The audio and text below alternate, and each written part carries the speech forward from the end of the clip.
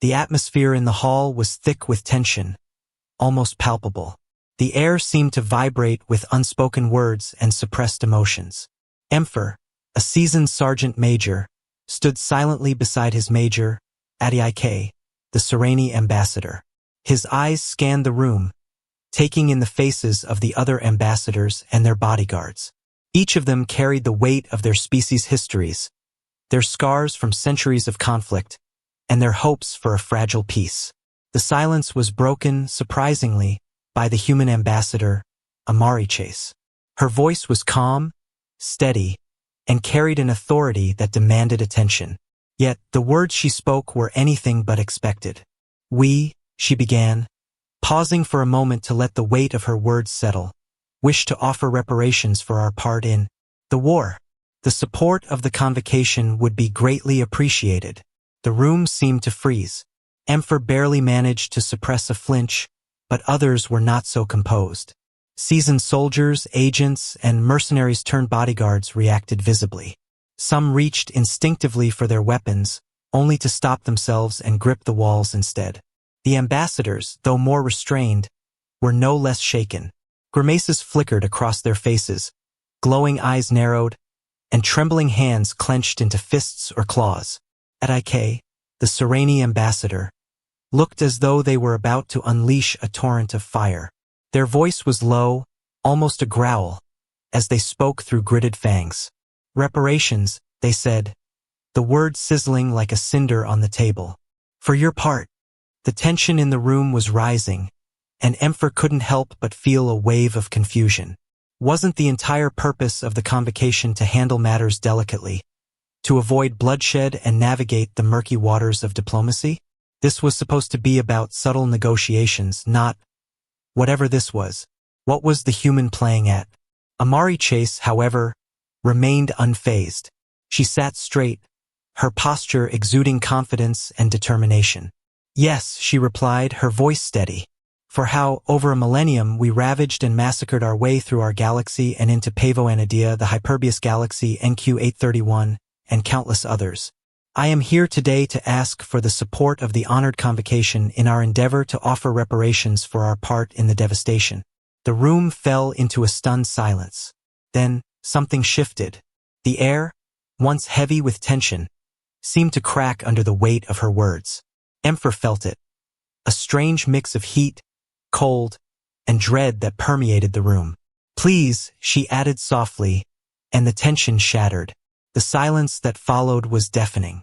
It was the cult ambassador who spoke first, their voice a mix of disbelief and incredulity. You won, they said, their tone almost accusatory. You're here now, they gestured to the seats and the room, respected and listened to. Because you won.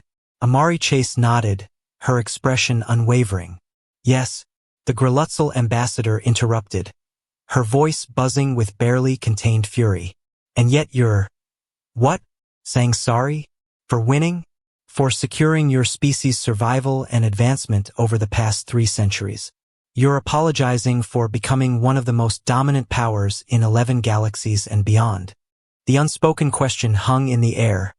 Are you crazy? No one dared to voice it aloud, but it was clear in the eyes of every ambassador present. Shocked, confused, and angry as they were still diplomats, trained to navigate the treacherous waters of interstellar politics. Emphur, however, was not a diplomat. He was a soldier, disciplined and hardened by years of service. He felt the urge to scream the question himself, to demand an explanation. He wasn't alone. Atik's tail twitched, a clear sign they were close to flipping the table in frustration. Amari Chase, however, remained calm. I'm saying, she began, her voice firm and resolute, that we're sorry for building 3 centuries worth of lives on futures we ruthlessly ended. The Milky Way wars. We cannot change what has happened, but we won't pretend to move on as if no one is still hurting. The room erupted.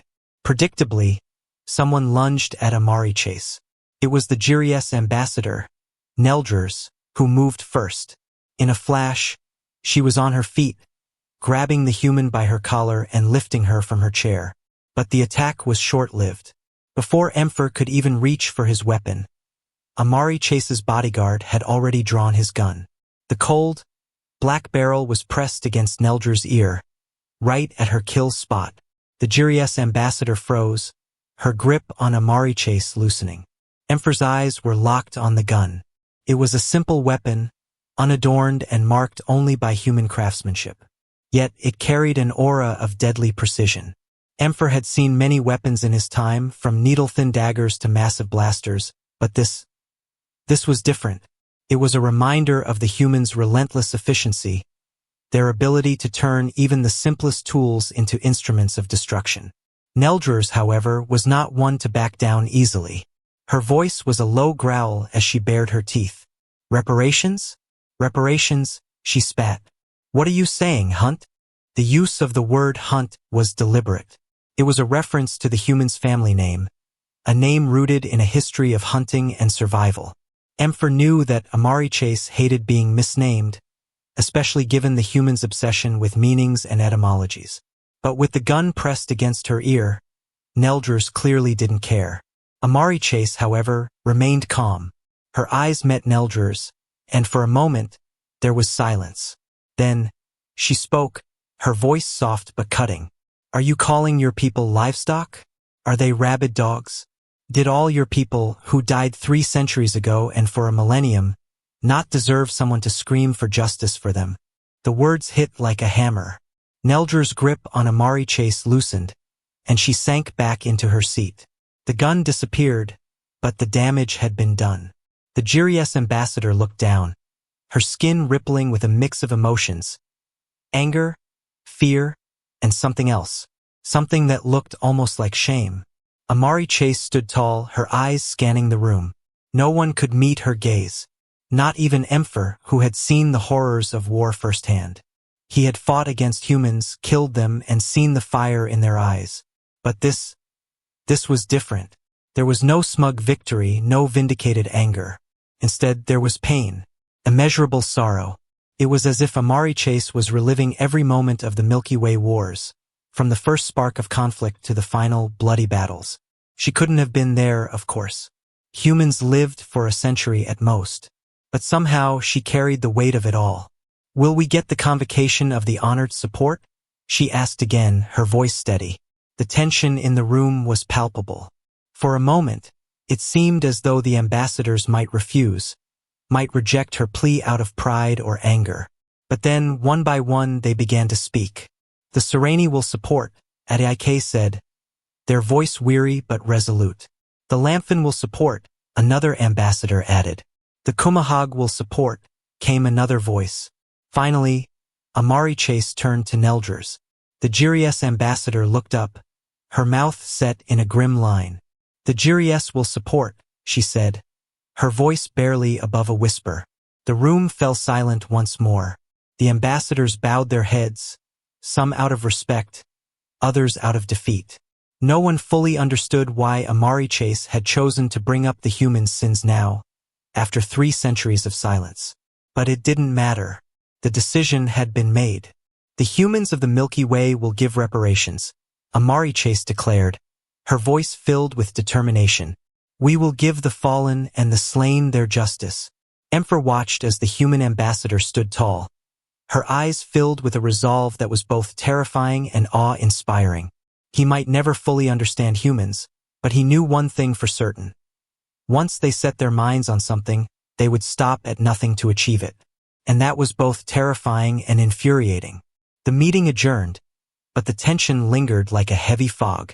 Emphur followed Adaike out of the hall, his mind racing. The human ambassador's words echoed in his head, each syllable a reminder of the weight of history.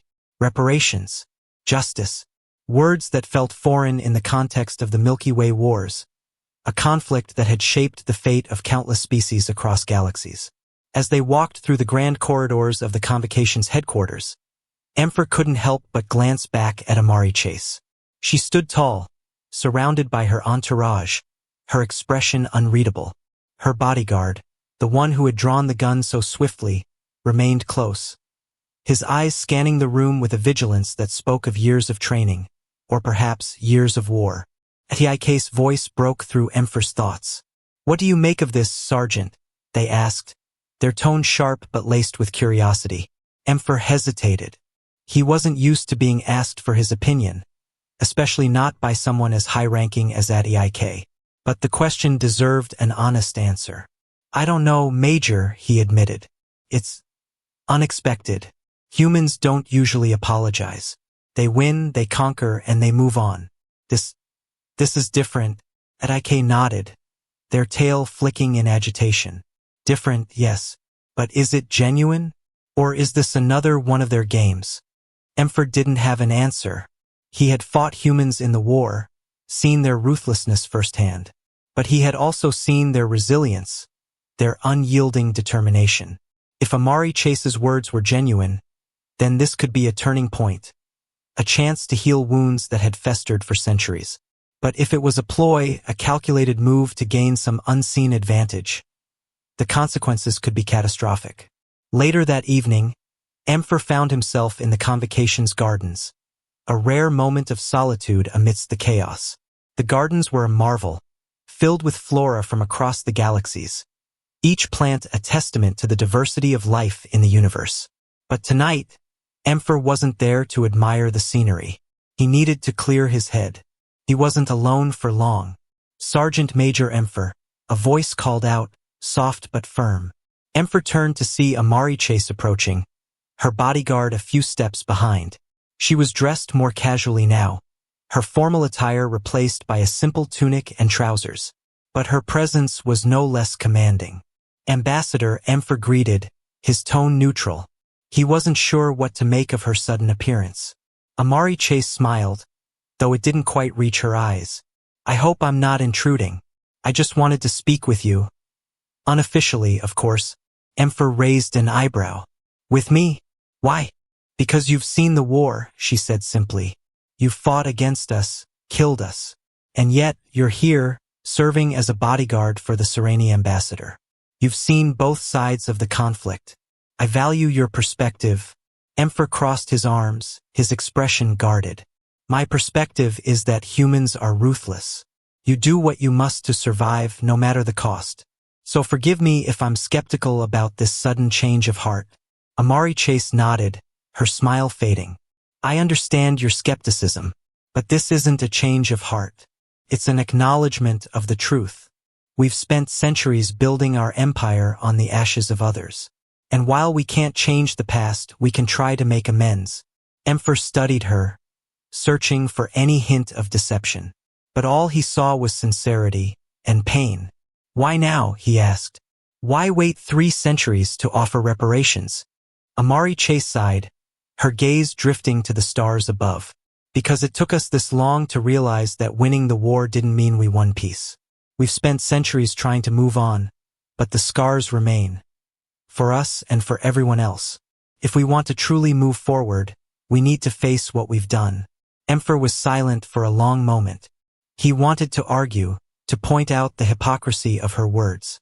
But something in her tone stopped him. There was a vulnerability there, a raw honesty that he hadn't expected. And what about the others? He asked finally.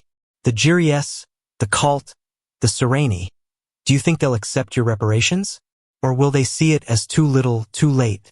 Amari Chase's expression hardened. I don't expect forgiveness.